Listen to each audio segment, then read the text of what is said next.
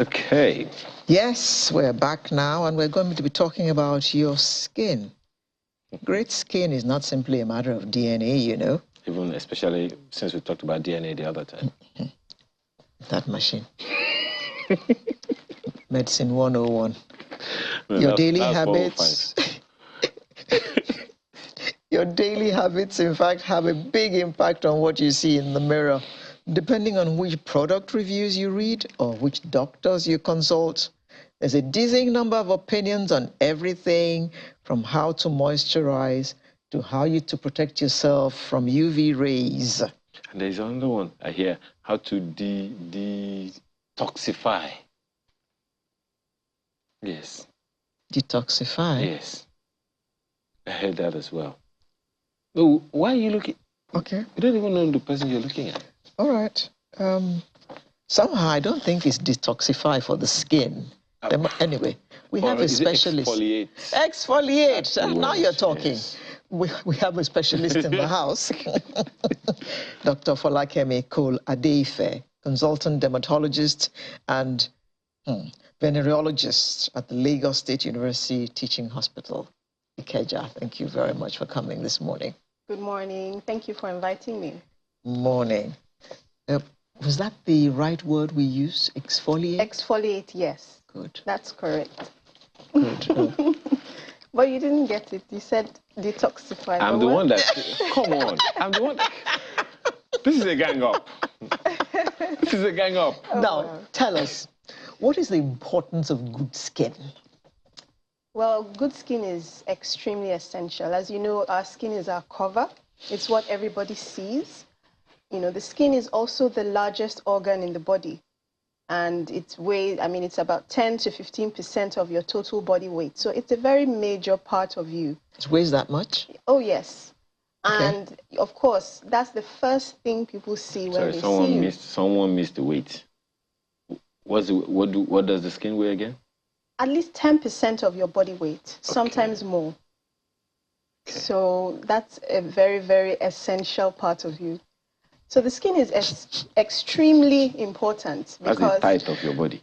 Oh, yes. Okay. Yes, just... It does represent you. It also protects the body from the outside world, and also is kind of like a window into the internal organs, because sometimes you can see that something is going wrong or something is not quite right from the skin. Yeah, because someone looked at my hand once and said to me, oh, you're not taking enough water. I can see it from your skin. Yes. You need to drink more water. Exactly. So the skin can actually show when a person is dehydrated or not drinking adequate or not eating, you know, properly. And there are some diseases. He's checking out his skin.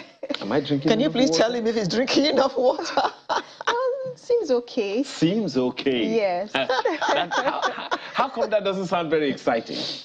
Seems. Well, generally we have this issue with men because, you know, they really don't pay much attention to their skin most of the time. So generally... men shouldn't rub cream. Yeah, so they tend to have dry skin. Men shouldn't moisturize. Yes, but not all men, but it's more common in males than in females. Now, what is the importance of moisturizing? Well, moisturizing is key because sometimes, you know, the weather and the environment can be unfavorable to the skin. And also it depends on a person's genetic makeup. You know, we all have different genetic makeup, and that sometimes affects our skin. Some people have drier skin than others. Some people have oily skin. And so we say, you know, your general genetic skin type, because you can't really change that very much, but you can modify or work with it according to the environment that you find yourself. And then sometimes other things like medications or, you know, your state of health can also impact your skin.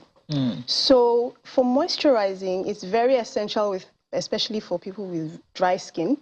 But everyone ideally should moisturize their skin. How many times a day, for instance?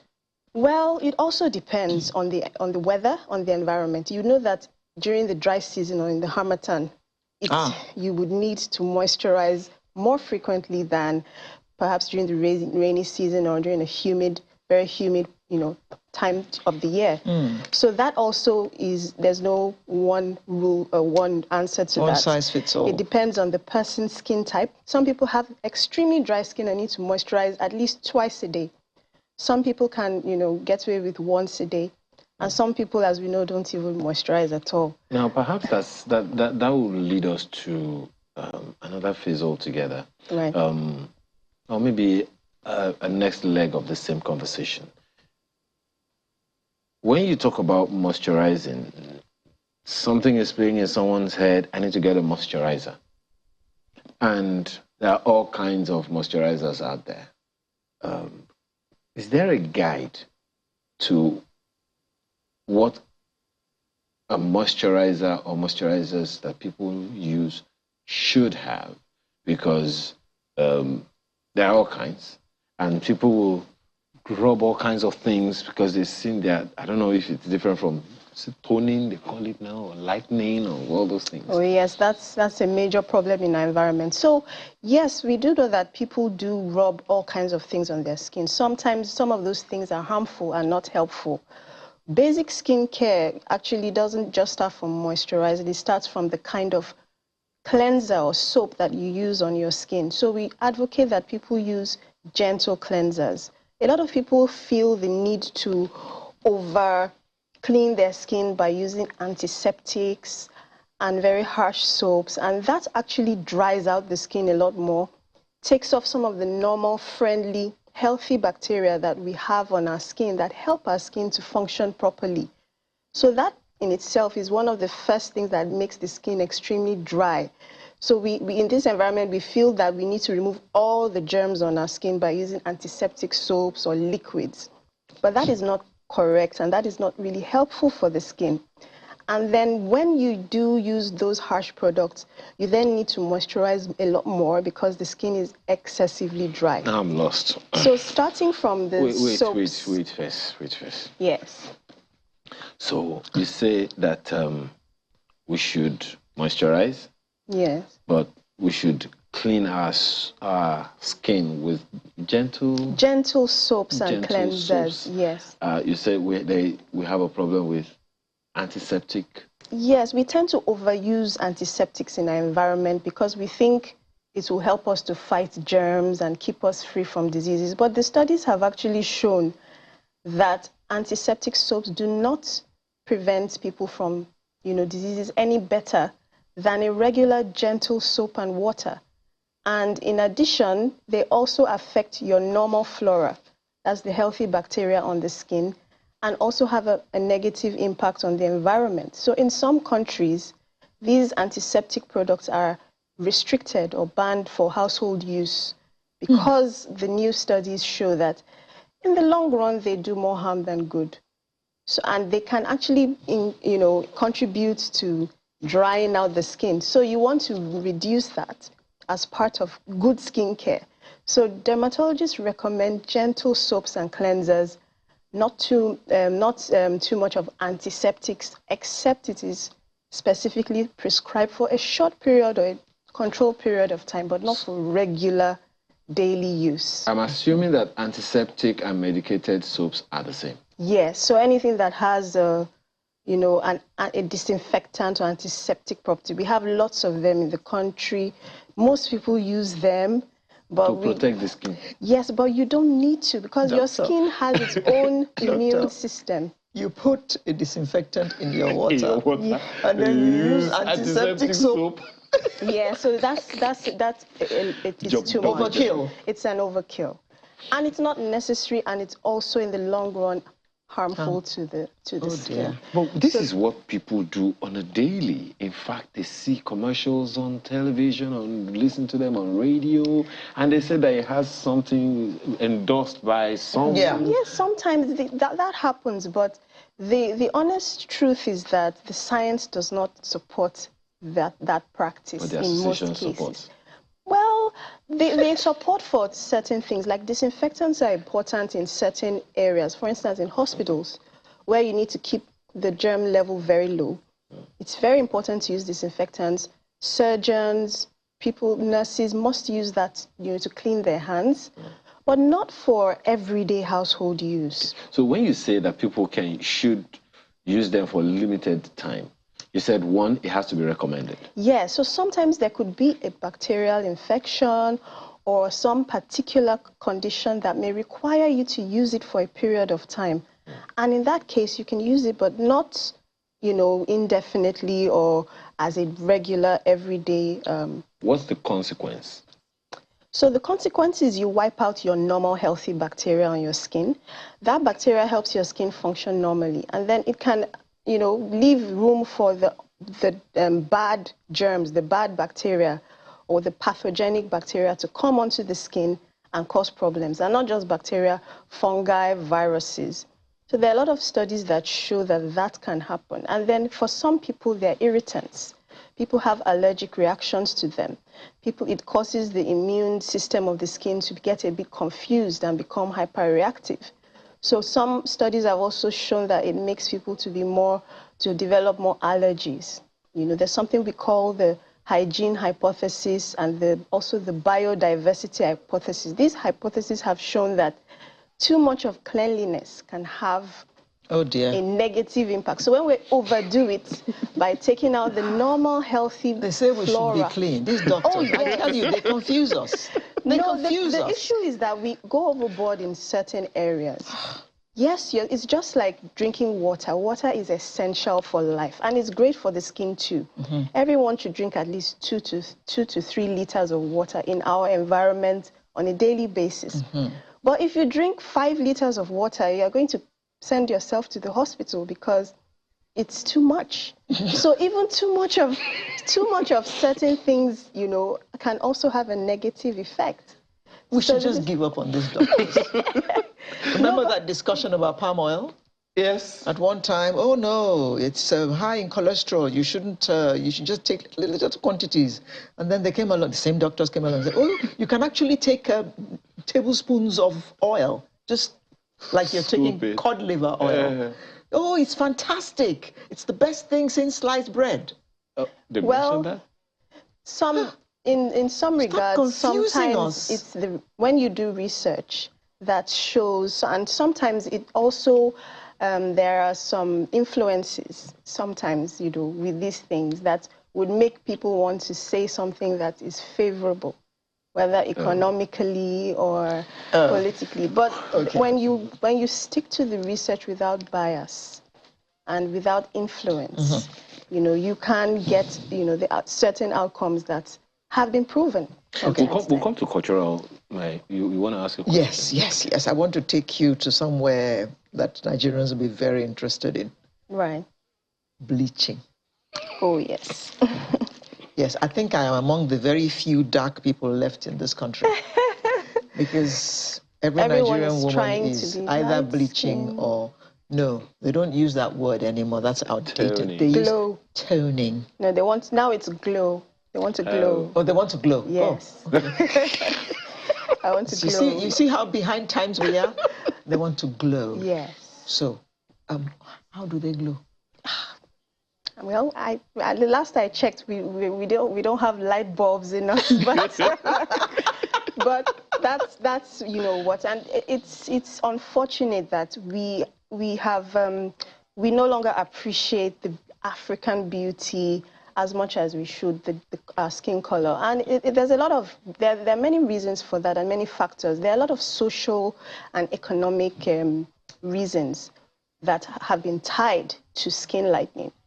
There have been studies that have shown that people who have lighter skin have, you know, social advantage. They tend to attract more attention from the opposite sex.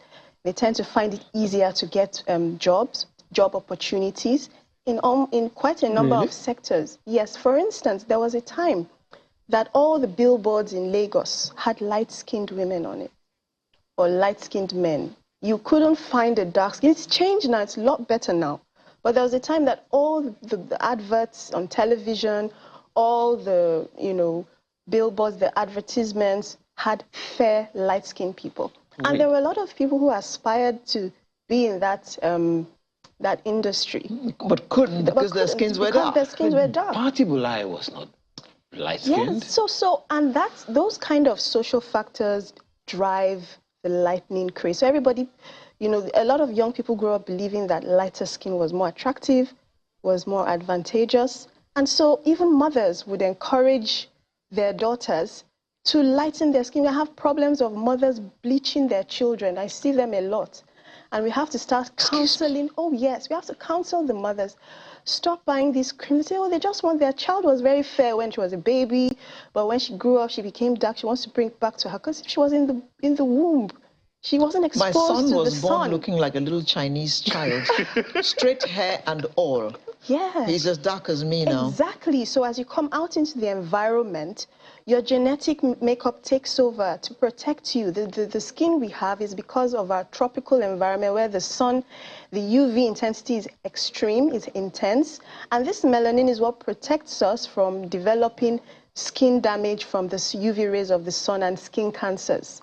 So it's a natural adaptation. Melanin is on everyone's skin? Oh, yeah. Melanin is the color that you get. Now, everyone has melanin, even white-skinned people, but we have different types of melanin. The one that makes us really dark, that gives us our beautiful dark skin, is eumelanin.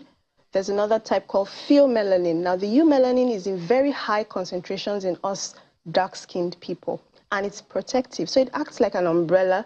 When the sun hits the skin, it protects the nucleus where all the DNA is from getting damaged by the sun, the UV rays of the sun. And DNA damage can cause cancer. And, so those who... Can cause cancer. Oh, yes, I'm coming there. Cancer. So you're essentially saying that those who bleach and remove that black skin are vulnerable to cancer. So that's what we think. We haven't started seeing that as much yet, but we believe that in a couple of years, we're going to be seeing a lot more people having sun-induced UV damage, you know, sun-induced skin damage, and possibly increased skin cancers in black people. We haven't started seeing that because this new lightening craze to be extremely white is quite recent. So we are still studying, but the projections are we're going to start seeing a lot more skin cancer. Certain types of skin cancers are not common in Africans or dark-skinned people. They're more in Caucasians. Where we battle with skin cancers are with people with albinism who do not have melanin. They have a disorder that, you know, makes them unable to produce melanin. So they are more vulnerable to the sun. But in Africans, because of our melanin, we don't really see skin cancers so commonly. You know, in America, skin cancer is the commonest cancer. But here, we don't have, you know, we rarely see that. But we're hoping that with this new trend of extreme lightening and extreme skin bleaching, we won't start seeing the skin cancers coming into our clinics in us, and then that is going to be a major problem. And in addition to that, not just skin cancer, some of the chemical agents used for lightening are absorbed into the bloodstream and result in internal organ damage. That fact is unknown to many people. I'd like you to expatiate on that further. So that when you apply cream to your skin, it doesn't just remain on your skin. Oh, no, it doesn't. Some of it is absorbed into the bloodstream. The skin tries to keep out most of it, but you still have some of the things that you rub on your skin being absorbed into your bloodstream, and that goes into the organs. So some of the lightening agents, like mercury-containing products. Mercury is a heavy metal that is very, very, very dangerous to the internal organs, particularly the kidneys. And kidney failure has been linked to, mercury has been linked to kidney failure in many instances. So if a person is using mercury-containing soaps and creams for skin lightening, they have a very increased risk of developing kidney failure. And we are doing studies to see whether that is contributing to the increase in kidney failure that we have in our environment today, in our country today. And corticosteroids, steroid creams that are also used in skin lightening are absorbed into the body and can actually cause increase in blood sugar, increase in blood pressure, can cause a hormonal imbalance problem that we call Cushing syndrome, which is very, very difficult to treat. And, you know, we also see people having complications in surgery because their skin is so thin that whenever they require surgery, They cannot stitch up the skin properly because and they don't heal on time. They don't heal on time. Oh, wow. And all that. So there are a lot of complications that people are not aware of, long-term complications. There's even skin failure. I've had a couple of patients What is called skin failure? The skin just doesn't work. It stopped working. So I have had a couple of patients who have come to me. They can't keep cold and they can't keep warm, which are part of the functions of the skin. Because the skin has been so damaged by skin bleaching. I'm sorry. That how does that happen? You can't keep. I'm confused. Part of the functions of the skin is to maintain your temperature. So that's why when you're cold, you have goosebumps. Yes. To kind of trap heat in your skin. Oh. And when you're hot, you sweat so that you can release heat from the body. So there's thermoregulation. But when the skin is so damaged that it can't do those functions, then the person is constantly feeling very cold or very hot and has to either wear a sweater all the time or exposed because the skin is just not working. So those people who put something on their skin and you rip it off? Well, I wish them well because they're actually taking off the outermost layer of the skin. They call it waxing. No, waxing is for hair removal. So you don't rip off the skin. It only takes off the hair on the skin. So waxing is a form of hair removal. It can be a bit painful. For a lot of people, especially in Africans, it can result in some complications of ingrown hairs and, you know, other things. But for some people, they're able to get away with it without any too many untoward complications other than the instance of pain that they experience during the procedure. At one time, there was, I don't even know what word to use, propaganda, should I say, that you could use bleaching creams as long as they did not contain hydroquinone. Well, that is not correct. Hydroquinone is one of the common bleaching agents, and it has this, in long-term use, it causes a very ugly side effect called exogenous ochronosis. That is where you have people having this with black... an equally ugly name. Oh, yes. Where you have this black discoloration, usually on the face, and just then on the skin cheekbones. now kind of... Yes, just is like raised and protruding, sometimes on the forehead, on the neck. That's what exogenous ochronosis is, and it actually is caused by long-term use, restricted use of hydroquinone. Can it be healed? It's very difficult and very expensive to treat. It's possible. It's difficult to treat and costs a lot of money as well to reverse. So those things actually, you know, hydroquinone is not the only bleaching agent. And sometimes we use hydroquinone just like antiseptics in small quantities for a small duration of time. However, it is banned in certain countries, like in Europe it's banned. In the US it's permitted with the guidance or prescription of a dermatologist. So in Nigeria, we are banned. We're in the banned category.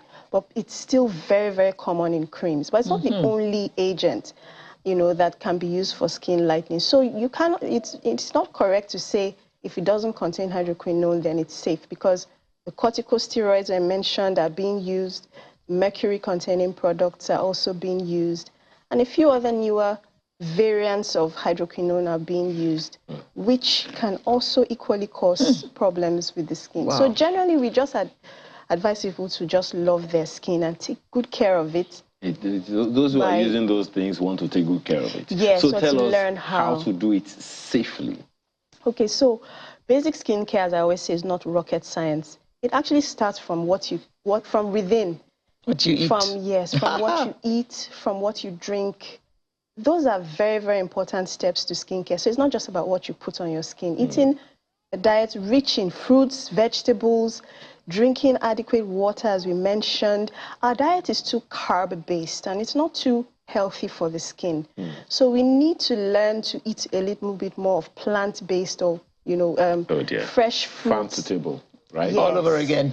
Yes, very essential. That's important. Now, for the care, as I mentioned, gentle soaps and cleansers, not too much of disinfecting. Don't try and, you're not a toilet. You don't need to disinfect your skin every day. My apologies. Someone just told me now that hot water is also a bleaching agent. Is that correct? That is a burning agent or a scalding agent.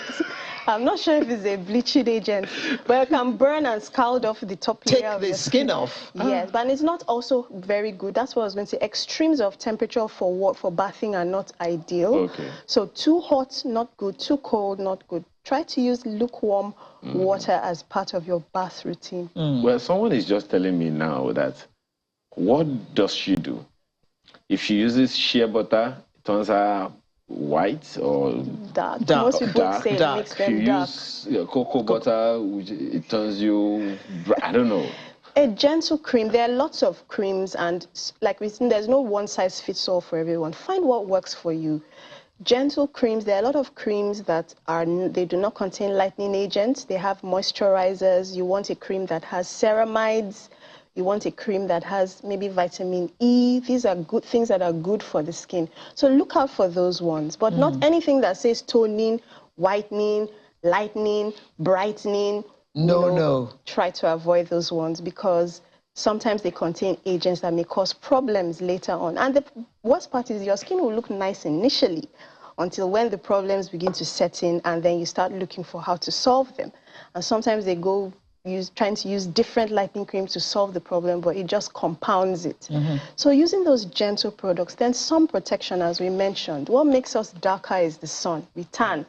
So if you don't want to get darker on the face, like most people say their face is darker than the rest of the body, try to reduce direct sun exposure. Like you don't go walking in the market at 12 noon or 1 p.m. when the sun is hottest.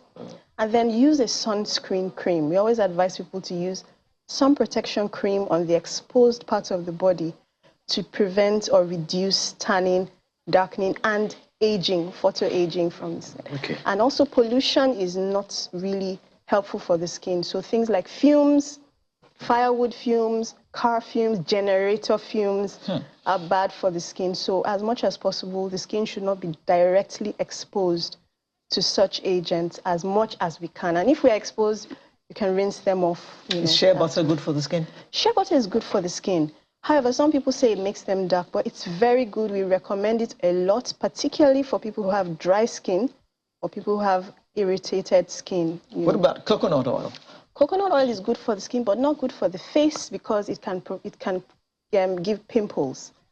So you can use it on the body, but we try to avoid coconut oil on your face. How about those who are allergic to certain kinds of foods that give them pimples, just as you mentioned? Well, it's not known that foods give pimples. Usually pimples are caused by what you put on your skin, the kind of skin you have, usually oily or acne-prone skin, and also hormones. So if there's a surge of hormones like women have sometimes, or men have very high testosterone levels, they could develop pimples. Some people say things like groundnut make their pimples worse. The jury is out on that, but I always tell people, if you notice that is a problem for you, then just avoid it and stop. And if symptom passes after 2 days, see your dermatologist. Consult your dermatologist. Is there any peculiarity about children taking care of the body, the skins of babies, adolescents, toddlers? Oh, yes. So with babies, you need to be even more gentle.